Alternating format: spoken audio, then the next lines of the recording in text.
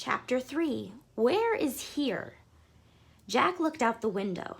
He looked down at the pictures in the book. He looked back out the window.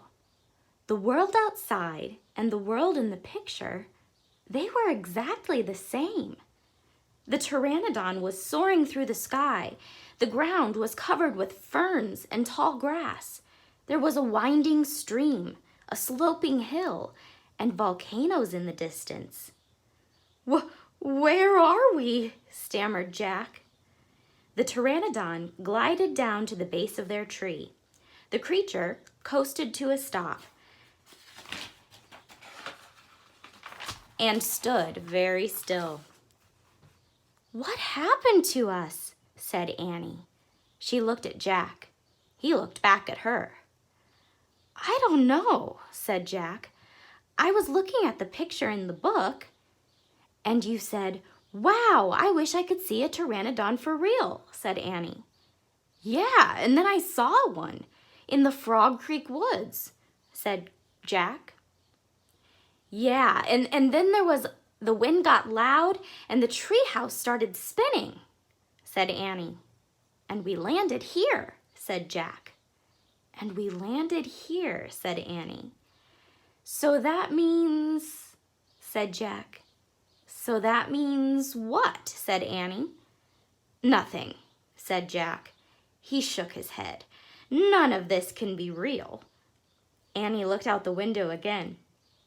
But he's real, she said. He's very real. Jack looked out the window with her. The Pteranodon was standing at the base of the oak tree, like a guard. His giant wings were spread out on either side of him. Hi! Annie shouted. Shush! Said Jack. We're not supposed to be here. But where is here? Said Annie. I don't know, said Jack. Hi! Annie called again to the creature. The Pteranodon looked up at them. Where is here? Annie called down. You're nuts. He can't talk, said Jack. But maybe the book can tell us. Jack looked down at the book. He read the words under the picture. This flying reptile lived in the Cretaceous period. It vanished 65 million years ago. No, impossible. They couldn't have landed in a time 65 million years ago. Jack, said Annie, he's nice. Nice? Yeah, I can tell. Let's go down and talk to him. Talk to him? Annie started down the rope ladder. Hey, shouted Jack. But Annie kept going. Are you crazy? Jack called. Annie dropped to the ground. She stepped boldly up to the ancient creature. Chapter 4. Henry. Jack gasped as Annie held out her hand. Oh, brother, she was always trying to make friends with animals, but this was going too far. Don't get too close to him, Annie, Jack shouted. But Annie touched the Pteranodon's crest. She stroked his neck.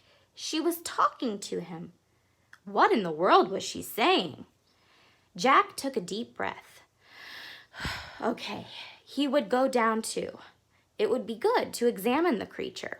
Take notes like a scientist. Jack started down the rope ladder. When he got to the ground, Jack was only a few feet away from the creature. The creature stared at Jack. His eyes were bright and alert. He's soft, Jack, said Annie. He feels like Henry. Jack snorted. He's no dog, Annie. Feel him, Jack, said Annie. Jack didn't move. Don't think, Jack, just do it. Jack stepped forward. He put out his arm very cautiously. He brushed his hand down the creature's neck. Interesting. A thin layer of fuzz covered the Pteranodon's skin. Soft, huh? Said Annie. Jack reached into his backpack and pulled out a pencil and a notebook. He wrote, Fuzzy skin. What are you doing? Asked Annie. Taking notes, said Jack. We're probably the first people in the whole world to ever see a real live pteranodon. Jack looked at the pteranodon again. The creature had a bony crest on top of his head. The crest was longer than Jack's arm. I wonder how smart he is, Jack said. Very smart, said Annie. Don't count on it, said Jack. His brain's probably no bigger than a bean.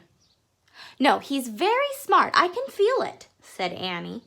I'm going to call him Henry. Jack wrote in his notebook, "Small brain?" ? Jack looked at the creature again. Maybe he's a mutant, he said. The creature tilted his head. Annie laughed. He's no mutant, Jack. Well, what's he doing here then? Where is this place? Said Jack. Annie leaned close to the pteranodon. Do you know where we are, Henry? She asked softly. The creature fixed his eyes on Annie. His long jaws were opening and closing like a giant pair of scissors. Are you trying to talk to me, Henry? Asked Annie. Forget it, Annie. Jack wrote in his notebook, "Mouth like scissors?" ? Did we come to a time long ago, Henry? Asked Annie. Is this a place from long ago? Suddenly, she gasped. Jack! He looked up. Annie was pointing toward the hill. On top stood a huge dinosaur.